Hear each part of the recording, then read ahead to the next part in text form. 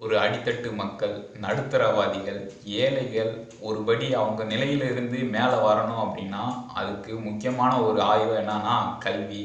கல்வின்ற ஆயுதம் இருந்தால் மட்டும்தான் அவங்களுடைய நிலையிலிருந்து ஒருபடி மேலே வர முடியும்.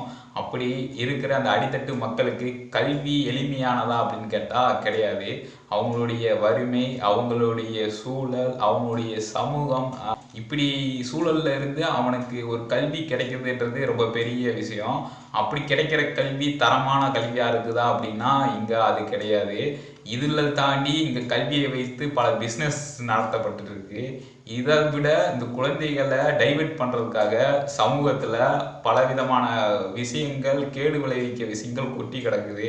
சோசியல் மீடியாஸா இருக்கட்டும், போதைப் பொருட்களா இருக்கட்டும், இல்லை பல என்டர்டெயின்மெண்ட்ஸாக இருக்கட்டும், இப்படி பல விஷயங்கள் வந்துட்டு இந்த குழந்தைகளை டைவர்ட் பண்ணுறதுக்காக, குழந்தைகள் இல்லை அடல்ட்ஸை டைவர்ட் பண்ணுறதுக்காக